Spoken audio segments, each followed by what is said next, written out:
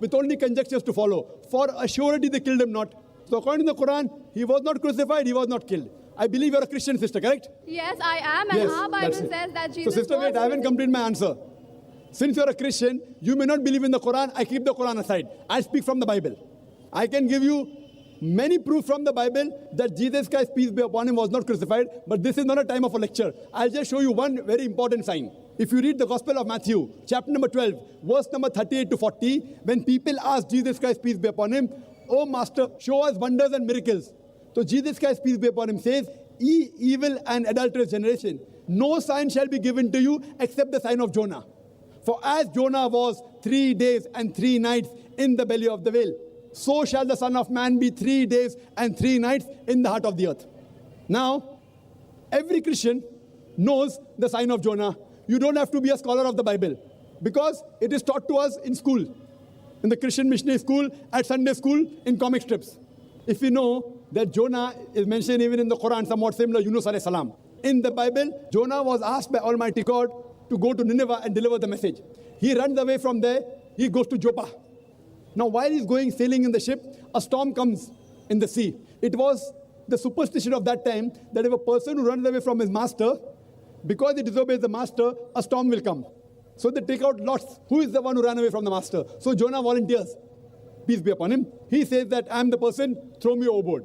So because he volunteers, they don't have to break his arm or leg. And as per the superstition, they throw him overboard. Now when they throw him overboard in the raging sea, as per the story of Jonah, when Jonah was thrown overboard, he was alive. When he's thrown in the sea, he ought to die. In a raging sea where there is a storm, when someone is put into the storm, in the sea he should die, but he does not die because it's a miracle. A fish comes and gobbles up Jonah. He ought to die. He does not die. He's alive. The fish takes him around the sea 3 days and 3 nights. Out of suffocation, the person ought to die. He does not die. It's a miracle. Later on, the fish vomits him out on the shore. He's alive. He's alive, alive, alive, alive. A miracle of a miracle of a miracle of a miracle. So, Jesus Christ, peace be upon him, says, as Jonah was 3 days and 3 nights in the belly of the fish, so shall the Son of Man be 3 days and 3 nights in the heart of the earth. So if Jonah was alive, how should Jesus Christ be in the heart of the earth? After he was taken down from the cross, should he be dead or alive? If he has to be like Jonah, if Jonah was alive, Jesus Christ also should be alive. So this proves that Jesus Christ, peace be upon him, did not die on the cross. He was alive. So this is a way of proving that Jesus Christ, peace be upon him, did not die on the cross, as the Quran says, the same thing. For more details, refer to my debate, was Christ really crucified? इस्लाम में औरत लोग तो नमाज अदा कर सकती है, मस्जिद में क्यों नहीं कर सकती है? अगर करती है तो कोलकाता में क्यों नहीं है? और इबादत में कुछ फ़र्क है क्या मर्द का और औरत का? वो ईदगाह में क्यों नहीं जा सकते? बहन का सवाल है कि इस्लाम में औरतें मस्जिद में जाके नमाज क्यों नहीं पढ़ती और नमाज पढ़ने का तरीका अलग क्यों है और ईदगाह में क्यों नहीं जाती? कुरान मजीद में बहन किधर भी नहीं लिखा है कि औरत मस्जिद में नहीं जा सकती। वो हमारे इंडिया पाकिस्तान में है, इसलिए इस्लाम को देखने के लिए इंडिया को मत देखो, पाकिस्तान को मत देखो, कोलकाता को मत देखो, कुरान को देखो। कई हदीस है सही बुखारी में, जिल्द नंबर 1 आखिरी हदीस, do not prevent the female servant from going to the mosque, मतलब मोमिना को मस्जिद में जाने से मत रोको, अल्लाह के रसूल फरमाते। आप पढ़ेंगे सही बुखारी जिल्द नंबर 1 हदीस नंबर 824, उसमें अल्लाह के रसूल फरमाते कि do not prevent your women to go to the mosque even at night. अगर रात को भी अगर वो चाहते कि मस्जिद में जाना चाहते तो मत रोको। तो मस्जिद में औरतें जा सकते हैं। वो अभी इंडिया पाकिस्तान में रोकते, क्यों रोकते उनसे पूछिए।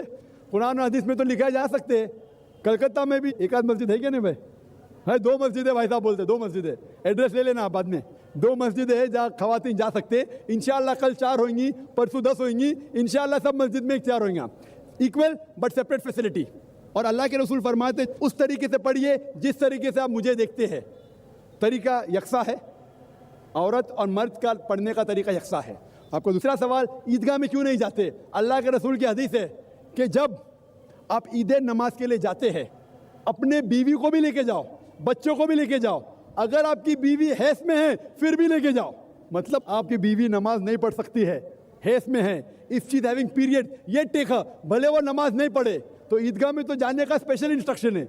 अगर हैस में फिर भी जा सकते, तो ये गलत फहमी है कि औरत मस्जिद में नहीं जाना चाहिए या औरत ईदगाह में नहीं जा सकते। ईदगाह में हैस के हालत में भी जा सकती, भले वो नमाज न पढ़े फिर भी जा सकती। तो मेरा आपसे सवाल ये है कि मैंने एक शब्द सुना है काफिर, तो ये काफिर शब्द जो है ये ईश्वर को ना मानने वालों के लिए है या इस्लाम को नहीं मानने वालों के लिए है? भाई का बहुत अच्छा सवाल है। सवाल तो हमेशा पूछता है काफिर क्या, इसका सवाल ज़रा और अच्छा है माशाल्लाह भाई साहब का, कि काफिर का मतलब वो जो ईश्वर को नहीं मानता है, कि काफिर का वो मतलब है जो इस्लाम को नहीं मानता है। काफिर का सही मतलब है जो सही ईश्वर को नहीं मानता है। अगर आप गलत ईश्वर को मानते तो भी काफिर है। और सही ईश्वर का मतलब आपको इस्लाम में ही मिलेगा। इस्लाम के मानी है अपने ख्वाहिशें ईश्वर के हवाले करना। तो वो आदमी जो अपने ख्वाहिशें ईश्वर के हवाले नहीं करता है उसे कहते काफिर। अगर एक शख्स कहता है मैं ईश्वर में मानता हूँ लेकिन ईश्वर की बात को नहीं मानता है तो भी काफिर होता है। आप समझ रहे ना? तो मुस्लिम का मतलब ये नहीं कि जिसका नाम सुल्तान है, जाकिर है, मोहम्मद है। मुस्लिम का मतलब वो शख्स जो अपने सारे ख्वाहिशें ईश्वर के हवाले करता है, उसको कहते मुस्लिम। और जो अपने ख्वाहिशें ईश्वर के हवाले नहीं करता है और कहता है कि ज़रूरत नहीं है, उसे कहते काफिर। तो अगर आप कहेंगे क्या मैं ईश्वर को मानता हूँ, बुत परस्ती नहीं करता हूँ, लेकिन फिर जो ईश्वर का कहना नहीं मानते और बोलते ज़रूरी नहीं है, तो उसे कहते कुफ। कुफ अरबी लफ्ज़ है जिसे कहते छुपाना, टू कंसील या रिजेक्ट करना, नहीं मानना। तो अगर आप ईश्वर की बात को भी नहीं मानते तो भी आप काफिर हो जाते। आप मतलब कोई भी शख्स ना, नाम चाहे अब्दुल्ला हो, सुल्तान हो, राजेश हो या रामू हो, कुछ भी हो, अगर वो ईश्वर की बात को झुटलाता है, रिजेक्ट करता है, उसे अरबी में कहते हैं काफिर। बेशक। और मैं ये भी जानना चाहूँगा, जब मैंने इस्लाम के बारे में जानना चाहा तो मैंने इस्लाम के बारे में कुछ कुछ जो भी जाना तो उसमें मुझे कहीं ऐसा लगा कि ये सच नहीं हो सकता। इसीलिए मेरा ये मिसकंसेप्शन है या ये सही है, मैं ये आपसे जानना चाहूँगा कि ऐसा माना जाता है क्या इस्लाम में कि जो इस्लाम को ना माने या जो काफिर है उसे मार दिया जाए, काट दिया जाए, उसके फैमिली को लूट लिया जाए? क्या ये किस हद तक सच है और क्या उसको इस दुनिया में जीने का हक नहीं? माशाल्लाह भाई साहब ने बहुत अच्छा सवाल किया।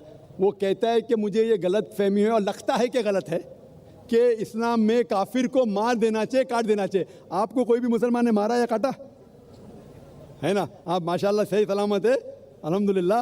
आपको किसने मारा, काटा? मैं जानना चाह रहा हूँ कि ऐसा कहीं है लिखा हुआ है या नहीं? Very good. ये क्या होता है कि जो लोग इस्लाम के खिलाफ किताबें लिखते, मिसाल के तौर पे अरुण शौरी का नाम सुने? अरुण शौरी जो मिनिस्टर था चंद साल पहले, बहुत किताब लिखता है इस्लाम के खिलाफ, बहुत मशहूर है इस्लाम के खिलाफ। लोग क्या करते, कुरान मजीद की आयत उठाते, आउट ऑफ कॉन्टेक्स्ट, पस मंजर के खिलाफ लिखते, और एक आयत जो बहुत इस्लाम की क्रिटिक उछालते, वो सूरह तौबा की आयत, सूरा नंबर 9 आयत नंबर 5, और लिखते हैं कि कुरान में लिखा है जहाँ भी आप काफिर को पाएंगे, इनटू ब्रैकेट्स हिंदू, आप उनका कत्ल करो। आप अगर कुरान मजीद खोलेंगे, तर्जुमा पढ़ेंगे, तो उसमें लिखा है जहाँ भी आप काफिर को पाएंगे कत्ल करो, लिखा है। लेकिन ये आउट ऑफ कॉन्टेक्स्ट है, पस मंजर के खिलाफ है। पस मंजर जानने के लिए आपको आयत नंबर पहले से पढ़ना पड़ेगा। सूरह तौबा सूरा नंबर 9 आयत नंबर 1 से पढ़ेंगे। वहाँ लिखा हुआ है कि मुस्लिम और मुशरिक मक्का के, उनके बीच में एक पीस ट्रीटी थी, एक सुलह थी। ये पीस ट्रीटी, ये सुलह एक तरफा मुशरिकों ने तोड़ दिया मक्का के। जब अल्लाह ताला आयत नंबर 5 पे आते तो कहते हैं कि हम तुम्हें 4 महीने का वक्त देते हैं, 4 महीने की मोहलत, आप सुधर जाओ वरना ऐलान जंग। आपने सुलह की थी, आपने सुलह को तोड़ी, 4 महीने का वक्फा, सुधर जाओ वरना ऐलान जंग। और फिर अल्लाह ताला कहते हैं सूरह तौबा सूरा नंबर 9 आयत नंबर 5 में, जंग के मैदान में जब भी आप काफिर को पाएंगे, मतलब दुश्मन जब आएंगे जंग के मैदान में, तो आप लड़ो, डरो मत। अभी कोई भी आर्मी जनरल आज की तारीख में, सिपा सलार, वो थोड़ी कहेगा दुश्मन आए तो भाग जाओ। वो कहेगा डरो मत, लड़ो, मारो। तो ये जंग के मैदान की आयत है कि आप जब देखेंगे तो डरो मत, मारो। जंग के मैदान में जब काफिर तुम्हें हमला करने आ रहे, मारो। और अरुण शूरी आयत नंबर 5 से उड़ी मारते आयत नंबर 7 में। उसने किताब लिखी वर्ल्ड ऑफ फतवास इस्लाम के खिलाफ, आयत नंबर 5 से जब मारते आयत नंबर 7 पे। 5 के बाद क्या आता है? 6 को खा जाते। क्यों? 6 में उसका जवाब है, उसकी बीमारी का जवाब है। आयत नंबर 6 में सूरह तौबा के अल्लाह ताला फरमाते कि अगर कोई काफिर सुलह चाहता है, उसे छोड़ मत दो, उसे ऐसी अमन के जगह पर महफूज पहुंचाओ। क्या कहता है अल्लाह ताला? अगर कोई काफिर सुलह चाहता है, अमन चाहता है, उसे छोड़ मत दो, उसे संभाल के हिफाजत के साथ महफूज जगह पे जाके छोड़ो। Escort him to a place of security. आज का सिपा सलार सबसे दयालु क्या बोलेगा? दुश्मन को जान दो। यहाँ अल्लाह ताला कहते सिर्फ छोड़ो मत, ऐसी जगह पे लेके जाओ हिफाजत के साथ जहां वो महफूज है। समझ रहा? तो ये कुरान की आयत है। तो इन लोग पसे मंदर के खिलाफ कोट करते, और जहां भी जिहाद की आयत है, जंग के मैदान में जब आप मिलते गैर मुस्लिम से, वो आपको कत्ल करना है, कत्ल करो। उसके बाद फौरन आप पढ़ेंगे सूरह अनफाल सूरह नंबर 8 आयत नंबर 60 के बाद 61 में लिखा है अमन बेहतर है। महाभारत में कत्ल करने के कितने श्लोक आते? कितने? हजारों, कुरान से कई ज्यादा। तो महाभारत जानते हैं आप ना? जब मैं हिंदू से पूछता हूं महाभारत में झगड़ने के कितने, लड़ने के कितने श्लोक है, तो वो हिंदू मुझसे कहता जिहाद है। के खिलाफ मैं कुछ नहीं कह रहा, क्योंकि हमारे धर्म में भी धर्म युद्ध है। सुनिए मेरी बात ना, धर्म युद्ध है बराबर। तो हिंदू मुझसे कहता है ये जो धर्म युद्ध है क्या है? बातिल के खिलाफ है। वो बातिल को झगड़ने का लिखेला महाभारत में। तो मैं कहता हूँ कुरान में भी वही लिखा है, किसका कत्ल करो? जो धर्म के खिलाफ है। आप समझे ना? धर्म युद्ध मतलब हक और बातिल के खिलाफ झगड़ा। तो बातिल को कत्ल करने का लिखा गया महाभारत में, वही लिखा है कुरान में। और भगवत गीता, भगवत गीता जानते? सबसे ज्यादा पढ़ी जाने वाली किताब भगवत गीता। श्री कृष्ण अर्जुन को सलाह देते हैं। अब जब भगवत गीता पढ़ते हैं चैप्टर नंबर 1 भाग नंबर 1 श्लोका नंबर 42, 43, 44, 45, उसके अंदर अर्जुन कहता है, झगड़ा होता है अर्जुन पांडवास और कौरवास। पांडवास 5 भाई, कौरवास 100 भाई। अर्जुन जंग के मैदान में हथियार को जमीन पे रखता है और कहता है मैं जंग के मैदान में निहत्था मरना पसंद करूंगा बनिस्बत अपने रिश्तेदार से झगड़ा करूं। उसके फौरन बाद, चंद श्लोक बाद, भगवत गीता भाग नंबर 2 श्लोका नंबर 2 और 3 में श्री कृष्ण कहते, क्या कहते? ए अर्जुन, तू बुज़दिल कब से हो गया? ये गलत ख्यालात तेरे दिल में आए कैसे? तू नपुंसक कैसा हो गया? इंपॉर्टेंट। श्री कृष्ण अर्जुन को क्या बोलते हैं? इंपॉर्टेंट, नपुंसक। कौन कह रहा है? श्री कृष्ण अर्जुन से। बुज़दिल कब से हो गए? क्षत्रिय का धर्म है लड़ना। फिर भगवत गीता भाग नंबर 2 श्लोका नंबर 31, 32 और 33 में कहते क्षत्रिय का धर्म है लड़ना। अगर आप नहीं लड़ेंगे तो आप सफलता पाएंगे नहीं। क्षत्रिय वो खुश नसीब है जिसे लड़ने का मौका मिलता है। और अक्सर लोग कहते, एतराज़ करते, इस्लाम के दुश्मन, क्रिटिक्स, हमारे अल्लाह के रसूल ने एक हदीस में कहा था कि जिहाद के मौके पे जब मुजाहिद जंग के मैदान में जाता है, उसका कत्ल होता है तो वो जाता है जन्नत में। लिखा है सही बुखारी में किताब जिहाद जिल्द नंबर 4 हदीस नंबर 46 कि जंग के मैदान में जब मुजाहिद जाता है, उसका कत्ल होता है तो वो जाता है जन्नत में। और अगर वो जिंदा वापस लौटता है तो उससे दुनिया की दौलत मिलती है। अक्सर लोग बोलते कैसा मजहब है, लड़ने पे, कत्ल करने पे जन्नत जाएगा? गलत मजहब है। लेकिन भगवत गीता पढ़ेंगे भाग नंबर 2 मंत्रा नंबर 37 श्री कृष्ण कहते हैं अर्जुन से, ए अर्जुन, उठ के लड़। अगर तेरा कत्ल हो जाएगा तू स्वर्ग में जाएगा, अगर जिंदा वापस लौटेगा तो उससे दुनिया की दौलत मिलेंगी। हू बहू जो अल्लाह के रसूल मोहम्मद सल्लल्लाहु अलैहि वसल्लम कहते हैं सही बुखारी में, वही भगवत गीता में लिखा है। तो अरुण शूरी जब तनकीद करता है कुरान के बारे में, उसने खुद अपनी भगवत गीता पढ़ा ही नहीं। अरुण शूरी ने महाभारत भी शायद नहीं पढ़ा। अगर महाभारत और भगवत गीता पढ़ा होता तो कुरान में मिस्टेक निकालता ही नहीं। अब समझ रहे? तो ये मिस्टेक नहीं निकाल रहा। मैंने कब का आप निकाल रहे भाई? मैं अरुण शूरी की बात कर रहा हूँ, मैं अरुण शूरी की बात कर रहा हूँ। तो मैं आपको जवाब दे रहा हूँ, आपने बिल्कुल सही फरमाया कि ये गलत फहमी है कि लोग कहते हैं कि इस्लाम में लिखा हुआ है कि काफिर का कत्ल करो। ये कहाँ नहीं लिखा है? ये लिखा है जंग के मैदान में। तो आपने जो सवाल किया था कि कुरान में ऐसा नहीं लिखा है काफिर को कभी मारो, तो इतने मुसलमान आपको छोड़ते थे क्या? छोड़ते थोड़ी थे। ये गलत फहमी है, आप समझे ना? तो ये गलत फहमी है कि जहाँ भी काफिर मिले कत्ल करो, ऐसा नहीं। ये जंग के मैदान में जब आपको लड़ने के लिए आ रहे, आपको मारने के लिए आ रहे, तो आप उनको मारो। ये है। जाकिर नायक से मेरा क्वेश्चन है, हर धर्म में ये बोला गया है शादी करने के लिए लड़का और लड़की को प्राप्त वयस्क होना चाहिए, यानी बालिग। तो दिखा गया है और ये भी कहा गया है मुस्लिम लोगों के लिए कि मुस्लिम लड़का और लड़की को शादी करने के लिए घर के बुजुर्ग से इजाज़त लेना पड़ता है, मगर अक्सर देखा जाता है कि ये बालिग घर से भाग के अपना बुजुर्ग से इजाज़त ना लेके दूसरी जगह जाकर शादी करता है, और वो शादी होता है किसी मस्जिद या किसी इमाम के पास। ये सही है या गलत? भाई साहब का दो सवाल था। पहला सवाल कि इस्लाम में शादी होने के लिए लड़का और लड़की बालिग होना ज़रूरी, बेशक बालिग होना ज़रूरी। दूसरा सवाल कि आजकल बहुत से नौजवान बालिग लड़का लड़की घर से भागते हैं, ये ज़रूरी है कि माँ बाप की इजाज़त लेना चाहिए शादी के लिए, भाग के फिर मस्जिद में शादी करते, कहाँ तक सही है? भाई साहब, इस्लाम में माँ बाप की इजाज़त फ़र्ज़ नहीं है, बेहतर है। अगर आप वालिदैन की इजाज़त लेके शादी करते हैं तो बेहतर है, फ़र्ज़ नहीं है। ये मैंने मेरे तकरीर में भी कहा हूँ।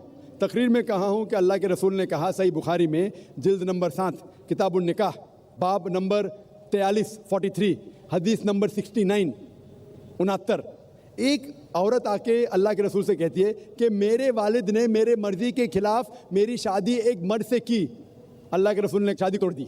तो वालिदैन की इजाज़त फ़र्ज़ नहीं है, लिए तो बेहतर है, फ़र्ज़ नहीं है, मैंने तकरीर में भी कहा। लेकिन अगर लड़की चाहती है कि मैं शादी नहीं करूं तो कोई भी वालिदैन उससे ज़बरदस्ती नहीं कर सकता, ना बाप ना माँ। अगर लड़का चाहता है कि मैं शादी नहीं करूं तो कोई भी ज़बरदस्ती नहीं कर सकता। अगर मियाँ बीवी राज़ी तो क्या करेगा काजी? तो अगर मियाँ बीवी राज़ी है लेकिन सही तरीके से, लफड़े करके बाहर भागना नहीं चाहिए, वो हराम है इस्लाम में। होता है कि नौजवान लोग कॉलेज में मिलते हैं, लफड़े करते भागते, वो भी गलत है, वो भी गलत है। अगर लड़का लड़की मिलते कॉलेज में, दिल लगाया गधी से तो परी क्या चीज़ है, ये कहावत है। तो क्या होता है, इन लोग हिजाब को तोड़ते, पिक्चर देखने साथ में जाते, मस्ती करते, प्यार हो जाता है, फिर घर से भागते, तो वो भी गलत है।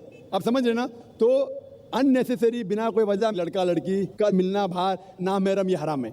अगर कोई जानते अच्छा लड़का है कि सुना है आपने कि अच्छा लड़का है, इज़्ज़तदार है, तो उसे पैगाम पहुंचाओ सही तरीके से, अपने वालिद के थ्रू उसके वालिदैन को पहुंचाओ, मिलो, बात करो, तहकीक करो, नो प्रॉब्लम। लेकिन अकेले जाके गार्डन में बैठना, थिएटर में बैठना आखिरी रो पे, ये सब हराम है। सही तरीके से पसंद है, शादी कर सकते, दोनों राजी है तो शादी कर सकते। My question is, in previous day, I read in newspaper, then one person in sleeping mood giving divorce to his wife is right or wrong?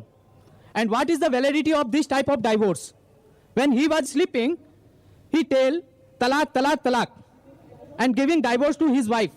भाई साहब सवाल पूछे कि अभी उन्हें पेपर में पढ़ा कि एक आदमी ने नींद के अंदर अपने बीवी को तलाक तलाक तलाक कहा। अगर कोई नींद के अंदर तलाक तलाक तलाक कहता है तो क्या तलाक हो जाती है? तलाक होने के काफ़ी शराइत है, बहुत से है, वक्त नहीं है। लेकिन अगर कोई बिना होश में नहीं है, चाहे वो शराब की हालत में है, चाहे वो नींद में है, अगर तलाक कहता है तो तलाक नहीं होती, चाहे नींद में हो या शराब की हालत में। शराब की हालत में भी आदमी का होश नहीं रहता है, या नींद के अंदर है, नींद में तो उठा तलाक तलाक बोला तो तलाक होती ही नहीं, उसे होश में होना चाहिए। और तलाक के काफ़ी शराइत है। तलाक के पहले कुरान में अल्लाह ताला फरमाते हैं कि आप मियाँ बीवी के अगर कुछ प्रॉब्लम होता है तो आपस में बैठ के बात करो। अगर बीवी ने ज़्यादा नमक डाले और तलाक तलाक तलाक बोलना, ये तो है नहीं। बीवी को बोलो नमक कम चाहिए मुझे खाने में, तो कुरान और हदीस में आता है कि पहले मियाँ बीवी बैठ के बात करना चाहिए। और बात अगर नहीं सुलझती है तो कुरान मजीद में सूरह निसा में सूरा नंबर 4 आयत नंबर 35 में अल्लाह ताला कहते हैं कि appoint arbiter from both the sides. मतलब एक आदमी को, बड़े आदमी को लेके आओ बीवी की तरफ से, एक बड़े आदमी को लेके आओ शोहर की तरफ से, बैठ के समझौता करो और मामला हल करो। फिर अगर नहीं होता है तो it takes a long time. और फिर तरीका और डिटेल अगर आप चाहते तो मैं बोल सकता हूँ। और वो गुस्से में नहीं देना चाहिए, नशे की हालत में देना चाहिए, होश में देना चाहिए, काफ़ी शराइत है। वो बीवी हैस में नहीं होना चाहिए, she should not having menstrual period, बहुत से शराइत है। ये शराइत होने के बाद फिर तलाक होती है, उसका इद्दा पीरियड है 3 महीने का और काफ़ी प्रोसीजर है। लेकिन आपका मेन सवाल था, अगर नींद की हालत में कोई तलाक देता है तो तलाक नहीं होती है। अस्सलामुअलैकुम गाइस, कैसी लगी आपको हमारी ये नई वीडियो? अगर वीडियो अच्छी लगी हो तो लाइक करें, कमेंट करें, शेयर करें और सब्सक्राइब करना ना भूलें। शुक्रिया।